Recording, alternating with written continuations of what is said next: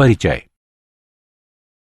बच्चों, इस चित्र में आप क्या देख सकते हैं?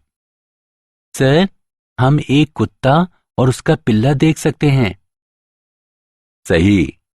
इस चित्र में बने बीज क्या समरूप आम का पौधा उत्पन्न कर सकते हैं? नहीं, आम का पौधा आम के बीज से ही उत्पन्न हो सकता है। तुम सही कह रहे हो। तुम्हारे पिताजी के समान कौन दिखता है, तुम या तुम्हारा चचेरा भाई? मैं अपने पिताजी के एकदम समान दिखूंगा। नहीं, समान संतति उत्पन्न करने की यह घटना विभिन्न जीनों की वंशागति पर निर्भर करती है। उद्देश्य। इस पाठ के अंत में आप निम्न करने में सक्षम हो जाएंगे। मेंडल के वंशागति के नियम समझना, एक जीन के वंशागति प्रतिरूप को समझना, वंशागति के विभिन्न नियमों की पहचान करना, पनेट वर्ग और इसकी गणना को समझना, परीक्षार्थ संकर की पहचान करना। मेंडलवाद।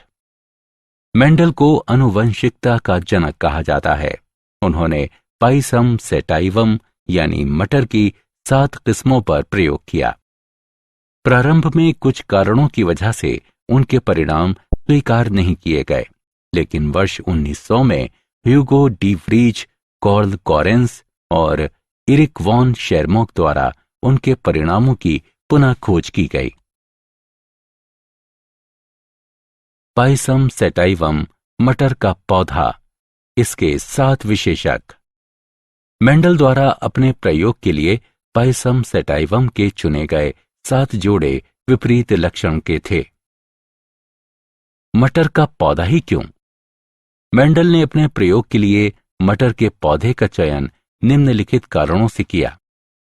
विशेषकों के लिए मटर के पौधे की अनेक किस्में वैकल्पिक रूपों के साथ उपलब्ध थीं। मटर के पौधों में स्वपरागण होता है, इसलिए शुद्ध नस्ल आसानी से प्राप्त की जा सकती थी। मटर का पौधा आसानी से वृद्धि कर सकता है। मटर के पौधे में छोटी जीवन अवधि होती है। इसके पुष्प द्विलिंगी होते हैं। मेंडल के प्रयोग के चरण। मेंडल का प्रयोग 3 चरणों में संपन्न किया गया। वास्तविक प्रजनन। मेंडल द्वारा नोट किए गए 7 लक्षण जनकों से संतति में पहुंचते हैं कि नहीं, ये जानने के लिए उन्होंने 7 प्रकार के पौधों से स्वपरागण द्वारा उत्पन्न बीज लिए। मेंडल ने इन सभी को शुद्ध लक्षण नाम दिया। शुद्ध पौधों का संकरण। पौधों की 2 अलग अलग किस्मों पर परागण से संकर पौधे उत्पन्न करती है, जो F1 पीढ़ी बनाते हैं। संकरों में स्वपरागण। F2 पीढ़ी उत्पन्न करने के लिए प्रत्येक F1 संतति का स्वपरागण कराया गया। मूल्यांकन। आगे बढ़ने से पहले आइए जानें कि आपने कितना सीखा। दिए गए विशेषकों को उनके संबंधित समूहों में उठाकर पाइसम सेटाइवम के निम्नलिखित विशेषकों को प्रभावी या अप्रभावी के रूप में वर्गीकृत करें। एक जीन की वंशागति। मटर के पौधों की लंबी और बौनी किस्मों के बीच एकल संकर क्रॉस निम्नानुसार है। एकल संकर क्रॉस के परिणाम। जीन। मेंडल ने देखा कि कुछ स्थायी कारक अपरिवर्तित रूप में जनक से संतति तक अग्रसित होते थे। ये कारक जीन कहलाते हैं। अलील। जीन जो विपर्यास विशेषकों के युग्म के लिए संकेत होते हैं, अलील कहलाते हैं। समयुग्मजी जीव। अलील के समान युग्म वाले जीव। विषम युग्मजी जीव। अलील के अलग अलग युग्मों वाले जीव। एकल संकर क्रॉस। प्रभावी जीन। अलील जो अभिव्यक्त होते हैं। अप्रभावी जीन। जीन जो अभिव्यक्त नहीं होते हैं या प्रभावी जीन की अनुपस्थिति में अभिव्यक्त होते हैं। जीनोटाइप।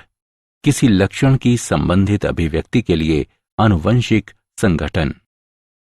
फिनोटाइप। 2 जीनों के संयोजन के कारण दिखाई देने वाली दृश्य अभिव्यक्ति। विसंयोजन के लक्षण।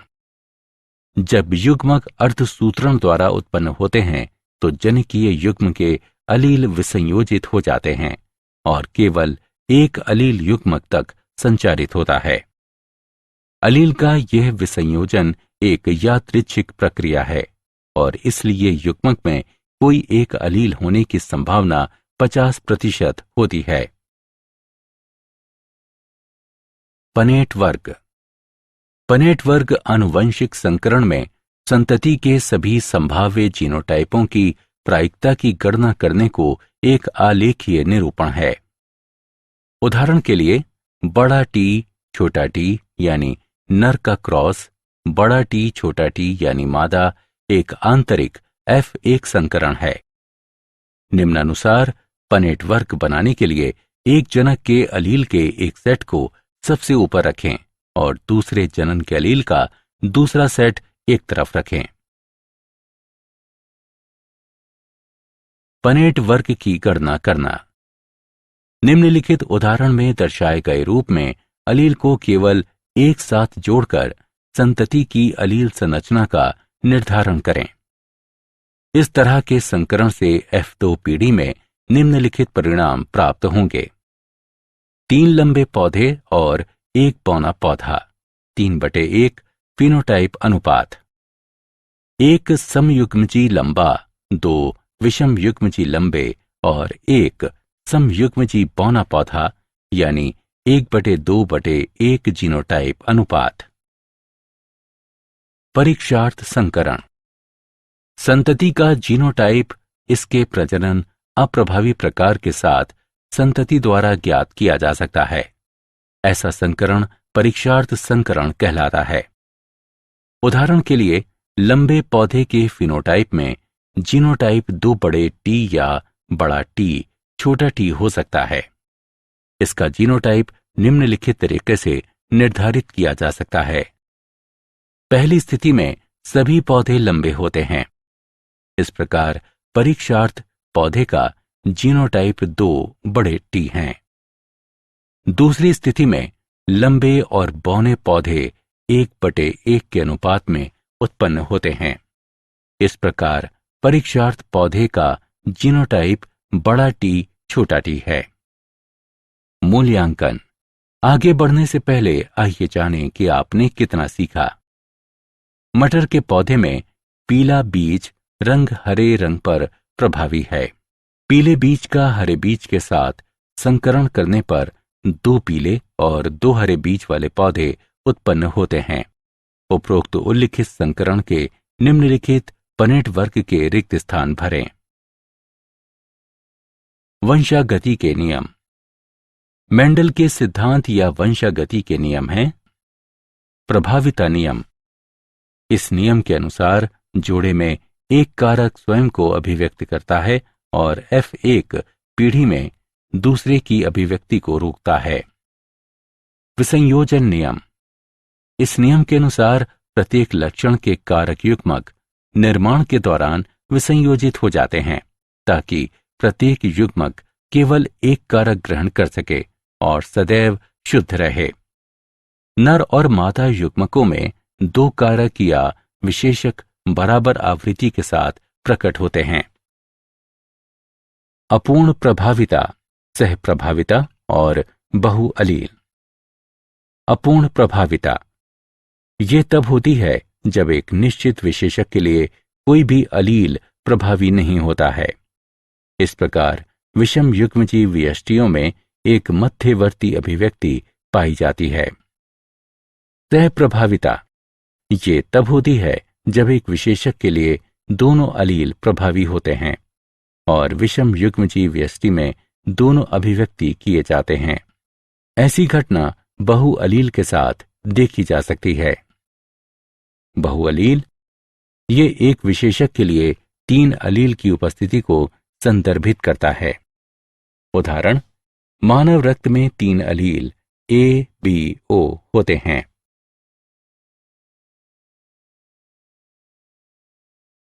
द्विसंकर क्रॉस।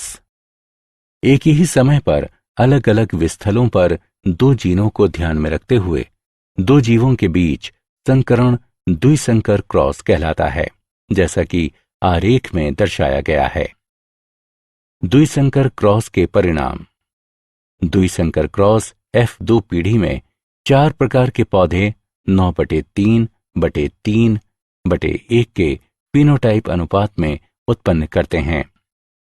2 नए संयोजन उत्पन्न किए जाते हैं, गोल हरा और झुर्रीदार पीला।